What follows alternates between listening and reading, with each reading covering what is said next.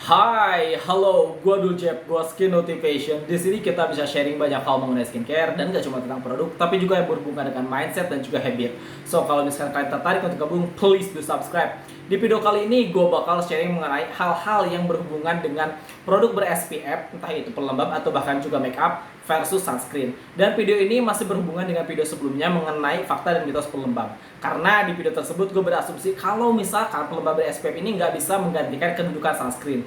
Dan hal tersebut dinotis oleh beberapa orang lewat DM Instagram. Silahkan yang mau sharing dan jangan lupa untuk follow dulu _ Kang Adul. Dan setelah gue cermati, memang di video tersebut ada poin yang kurang dari apa yang gue sampaikan.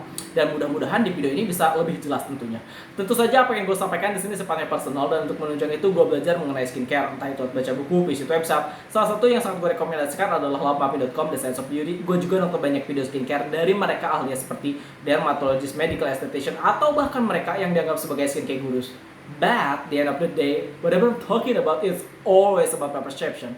Oke, kita mulai dari yang paling dasar. Apa itu SPF? SPF ini singkatan daripada Sun Protection Factor. Artinya faktor yang dapat melindungi kulit wajah kita dari paparan sinar matahari yang mengandung UVA dan UVB. Di mana kedua sinar tersebut dapat mengakibatkan kerusakan pada kulit wajah kita. Nah, biasanya si SPF ini juga akan diikuti oleh angka di belakangnya. Akan diikuti dengan PA dan akan diikuti dengan plus juga. Nah, oke. Semakin tinggi si angkanya dan semakin banyak plusnya, maka semakin baik juga proteksinya. Dan sebaliknya, semakin rendah si angkanya dan semakin sedikit plusnya, maka daya proteksinya pun akan semakin rendah. Oke, katakanlah gue di sini punya pelembab dari brandnya Pond's, dia punya SPF 18. Katakanlah produk-produk ber-SPF 15-25, dia memiliki proteksi kurang dari 80%. Sedangkan produk-produk yang memiliki SPF di atas 25, katakanlah gue punya BB cream ini dari brandnya Misha, dia punya SPF 42 PA+++, dan tentu saja gue juga punya produk sunscreen dari brandnya Nivea, ini SPF-nya 50+, PA+++. Artinya kedua produk ini memiliki proteksi yang jauh lebih tinggi, katakanlah sampai 96%. Cuman bukan berarti ketika kita menggunakan produk ber-SPF yang punya angka lebih tinggi, lalu kita ngerasa cukup menggunakan produk itu sekali saja dalam sehari. Enggak, ketika kita menggunakan produk ber-SPF apapun, mulai dari SPF-nya 15-50, kita tetap direkomendasikan untuk melakukan yang namanya reapply atau menggunakan lagi setelah 2-3 jam sekali. Kenapa? Karena ya pada dasarnya si produk ber-SPF tersebut pun akan teroksidasi, akan kayak berkuranglah keefektivitasannya karena sinar matahari tentu saja, atau karena kita berkeringat, karena cuaca dan lain sebagainya. Memang ada beberapa orang yang lebih suka menggunakan produk pelembab SPF dibanding sunscreen, entah mungkin karena memang orang-orang tersebut belum menemukan produk sunscreen yang tepat, atau mereka menemukan masalah-masalah ketika menggunakan produk sunscreen, entah itu mungkin kulit wajahnya jadi abu-abu, atau mungkin teksturnya lebih berat, atau takut jerawatan, atau takut memperparah kondisi kulit wajah mereka yang sedang berjerawat dan lain sebagainya, yang pada akhirnya mereka memang lebih suka menggunakan pelembab ber-SPF. Dan hal tersebut tentu saja boleh. Lalu kenapa di video sebelumnya gue bilang bahwa pelembab ber-SPF tidak bisa menggantikan kedudukan sunscreen? Yang harusnya gue pointing di video tersebut adalah ukuran, oke? Karena kecenderungan kebanyakan orang ketika menggunakan produk pelembab atau make up ber-SPF, mereka akan lebih cenderung menggunakan produk tersebut secukupnya. Artinya nggak ada takaran pasnya. Beda ketika kita menggunakan produk sunscreen, ada takaran khususnya, 2 ruas jari untuk seluruh permukaan kulit wajah, 1-2 ruas jari untuk seluruh permukaan kulit leher. Karena pada dasarnya leher kita pun terekspos oleh sinar matahari. Jadi jangan lupa untuk menggunakan produk skincare apapun sampai ke leher kalian.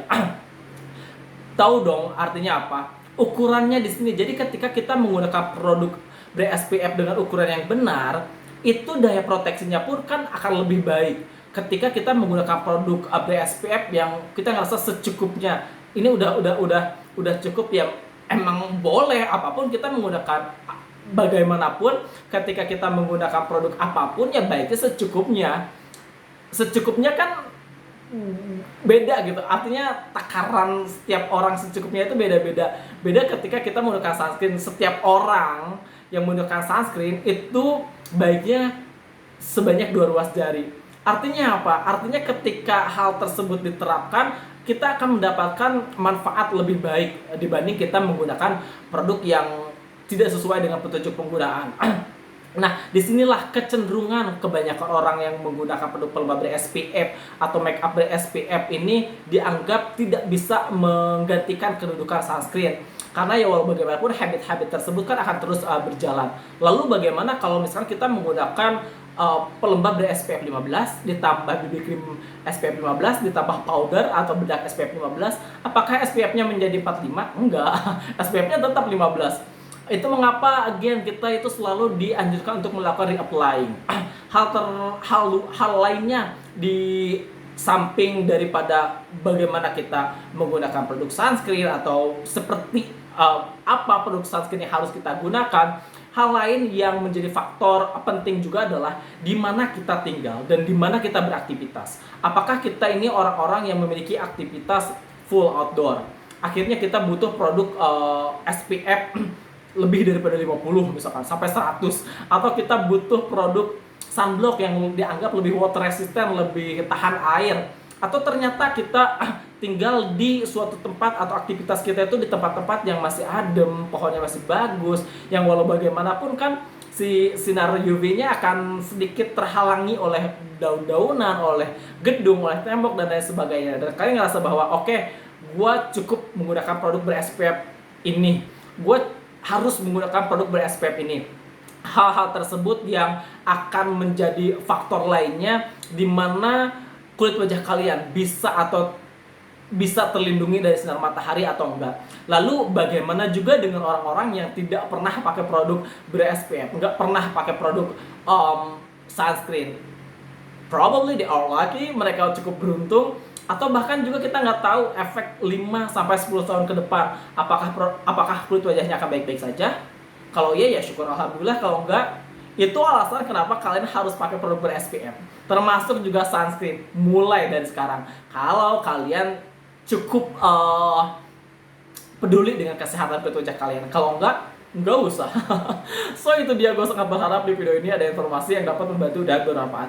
Jika ya silahkan like dan komen di bawah. Bantu subscribe juga untuk membantu mengembangkan channel YouTube gue. Mohon maaf atas segala kekurangan dan kesalahan dalam video ini. Bye bye.